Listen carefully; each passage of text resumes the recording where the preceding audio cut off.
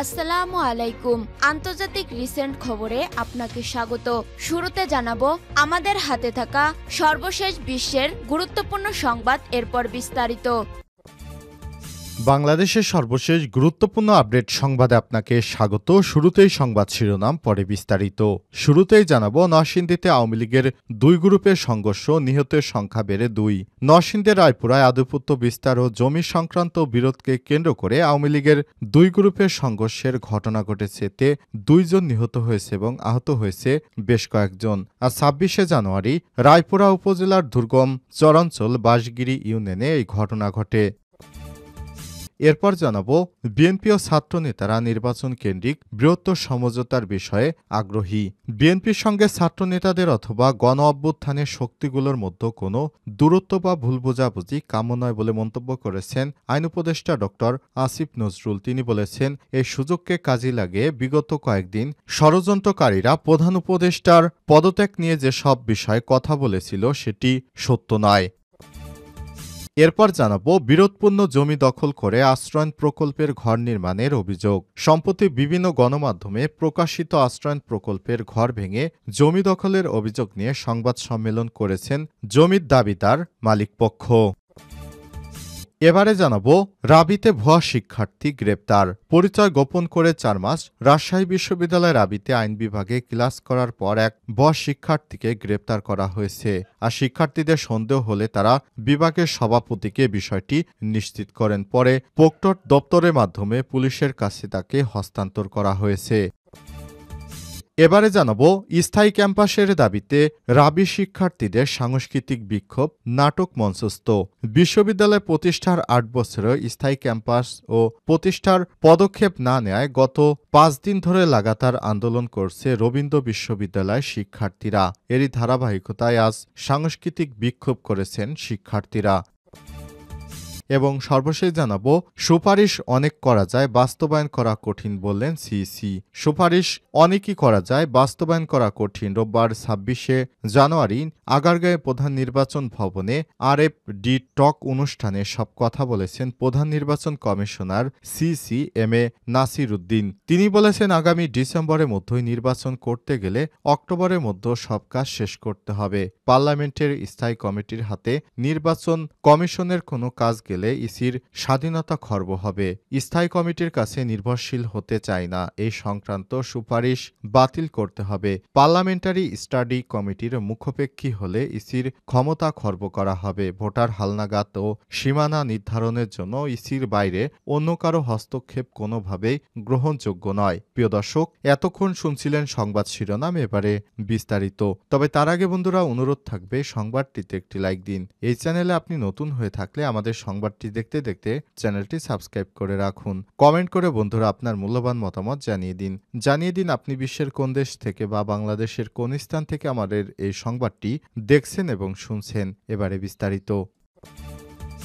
নরসিংদীতে আওয়ামী লীগের দুই গ্রুপের সংঘর্ষের ঘটনায় নিহত বেড়ে 2।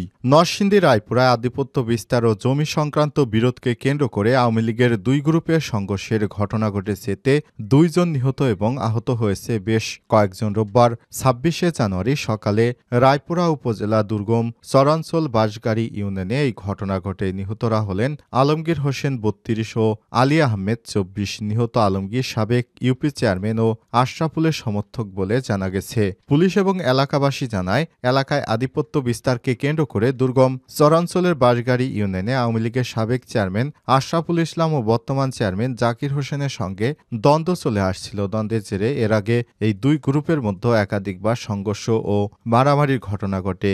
এই সব সংঘর্ষে একাধিক ব্যক্তি নিহত আহত হওয়ার ঘটনায় পাল্টা মামলা হয়েছে।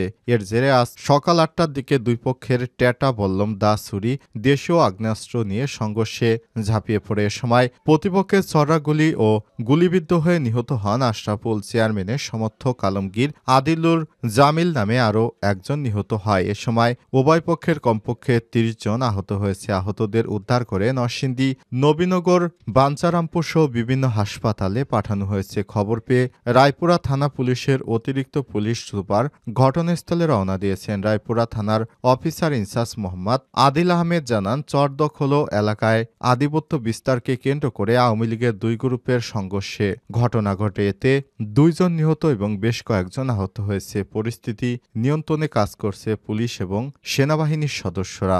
এলাকায় অতিরিক্ত পুলিশ এবং সেনাবাহিনীর সদস্য মোতায়েন করা হয়েছে। বিএনপি এবং ছাত্র নেতারা নির্বাচন কেন্দ্রিক বৃহত্তর সমঝোতার বিষয়ে অনাগ্রহী নয়।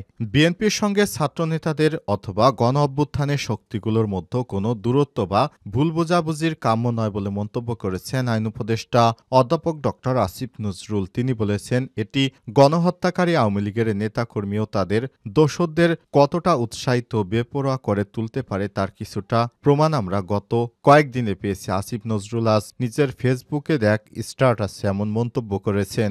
এ সময় তিনি বলেছেন, তিনি যতটুকু জানেন আর বিশ্বাস করেন তার মধ্যে একটি হলো বিএনপি ও ছাত্র নেতারা নির্বাচন কেন্দ্রিক বৃহত্তর সমঝোতার বিষয়েও অনাগ্রহী নয়। এর ধরন ও ফর্মুলা আলোচনা সাপেক্ষে নির্ণয় করা যাবে। গত 2 দিন ফেসবুক ছেয়ে গিয়েছিল অন্তর্বর্তীকালীন সরকারের প্রধান উপদেষ্টা অধ্যাপক ড মোহাম্মদ ইউনূস। উপদেষ্টা ও ছাত্র নেতারা পলায়নের গুজব, এই গুজব উন্নতায় আওয়ামী লীগের নেতাকর্মীরা নাশকতা করার চেষ্টা করেছে এমন খবরও প্রকাশিত হয়েছে। আতঙ্কিত হয়ে আমার কাছে 2-1 জন ফোন করেছে ঘটনা কি জানার জন্য। আসিফ নজরুল আরো বলেছেন, আমি যতটুকু জানি আমি বিশ্বাস করি ক বিএনপি ষড়যন্ত্র বা 1-11 ধরনের কিছুতে আগ্রহী নয়। খ ছাত্রনেতারা সরকারে থাকা অবস্থায় কোনো রাজনৈতিক দল গঠন করছে বা না করছে এতে যোগ দিচ্ছেন না। গ জুলাই ঘোষণাপত্র হবে একটি রাজনৈতিক দলিল এবং এটি প্রণয়নে গণ অভ্যুত্থানের শক্তিগুলোর মতামত আন্তরিকভাবে প্রতিফলনের ইচ্ছা ছাত্র নেতাদের রয়েছে। ঘ বিএনপি এবং ছাত্র নেতারা নির্বাচন কেন্দ্রিক বৃহত্তর সমঝোতার বিষয়ে অনাগ্রহী নয়। এর ধরন ও ফর্মুলা আলোচনা সাপেক্ষে। আসিফ নজরুল আরও বলেছেন, তাই বিরোধের কোনো কারণ নেই, সবাই বরং বুঝতে হবে ঐক্য ছাড়া আমাদের বিকল্প নেই। গণহত্যাকারী দল আওয়ামী লীগের হাতে রয়েছে লুটের লক্ষ লক্ষ কোটি টাকা। অনেক অন্ধ স্থাবক ও সুবিধাবাদী গোষ্ঠী, শক্তিশালী প্রচারণা নেটওয়ার্ক, তাদের পেছনে রয়েছে ক্ষমতাশীল বিভিন্ন রাষ্ট্র। এদের রুখতে হলে জুলাই গণ অভ্যুত্থানের শহীদ ছাত্র জনতার আত্মত্যাগকে মনে রাখতে হবে। আমাদের ঐক্যবদ্ধ থাকতে হবে। আমাদের মধ্যে ভিন্নমত থাকতে পারে, কিন্তু তা বাংলাদেশের শত্রুদের জন্য উৎসাহব্যঞ্জক হয়ে ওঠার পর্যায়ে যেন না যায়। বিরোধপূর্ণ জমি দখল করে আশ্রয়ণ প্রকল্পের ঘর নির্মাণের অভিযোগ। সম্প্রতি বিভিন্ন গণমাধ্যমে প্রকাশিত আশ্রয়ণ প্রকল্পের ঘর ভেঙে জমি দখলের অভিযোগ নিয়ে সংবাদ সম্মেলন করেছে জমির দাবিদার কয়েকজন। তাদের অভিযোগ, আওয়ামী লীগ সরকারের সময় ভয়ভীতি দেখিয়ে বিরোধপূর্ণ জায়গা দখল করে সরকারি আশ্রয়ণ প্রকল্পের ঘর নির্মাণ করা হয়েছিল। পাবনা সদর উপজেলা ভাড়ারা ইউনিয়নের পশ্চিম জামুরায় আশ্রয়ণ প্রকল্পের ঘর ভাঙচুর নিয়ে শনিবার 25শে জানুয়ারি এক সংবাদ সম্মেলনেই অভিযোগ করেছেন তারা।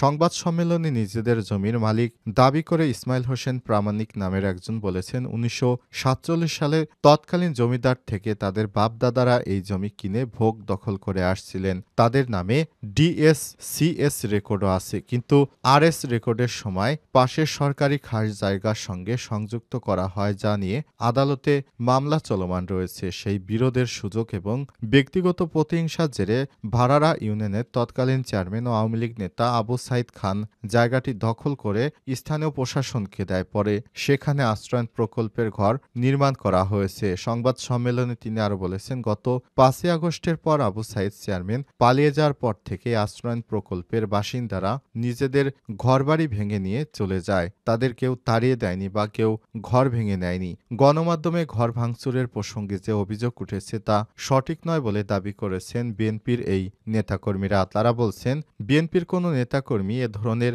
কর্মকাণ্ডের সঙ্গে সংযুক্ত নয়।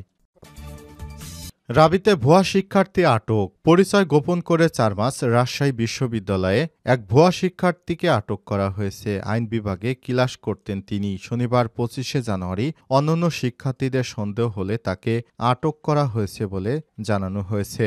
ওই ভুয়া শিক্ষার্থীর নাম নাভিক রহমান। তিনি ছদ্মবেশে আইন বিভাগের 2023-24 শিক্ষাবর্ষে শিক্ষার্থীদের সাথে ক্লাস করছিলেন। এতদিন জিজ্ঞাসাবাদে নাভিদ রহমান দাবি করেছেন তার মায়ের অনেক আশা ছিল ছিল যে ছেলে বিশ্ববিদ্যালয়ে পড়বে, কিন্তু তিনি বিশ্ববিদ্যালয়ে ভর্তির সুযোগ পাননি। তাই মাকে খুশি করার জন্য বিশ্ববিদ্যালয়ে ভর্তি হওয়ার অভিনয় করে আসছিলেন। নাবিক রহমান ফেসবুক অ্যাকাউন্ট ঘুরে দেখা যায় অ্যাকাউন্টে নিজেকে রাবি আইন বিভাগের 47 ব্যাচের শিক্ষার্থী হিসেবে উল্লেখ করেছেন তিনি। প্রোফাইল পিকচারে আইন বিভাগের লেখা একটা টি-শার্ট পরিহিত ছবিও রয়েছে। এছাড়াও আইন বিভাগের বিভিন্ন অনুষ্ঠানে অংশগ্রহণ করার ছবিও পোস্ট করেছেন তিনি। তার ফ্রেন্ড লিস্টে আইন বিভাগের শিক্ষক শিক্ষার্থীদেরও অনেকেই যুক্ত রয়েছেন। এ বিষয়ে আইন বিভাগের 41 ব্যাচের শিক্ষার্থী শাহরুখ মাহমুদ বলেছেন, তার বিষয়ে ব্যাচমেটদের সন্দেহ হলে তারা তাকে জিজ্ঞাসাবাদ করে এবং তখন ভুয়া পরিচয় বের হয়ে আসে। এমনকি সে তার গার্ডিয়ান হিসেবে যাদেরকে ডেকেছিল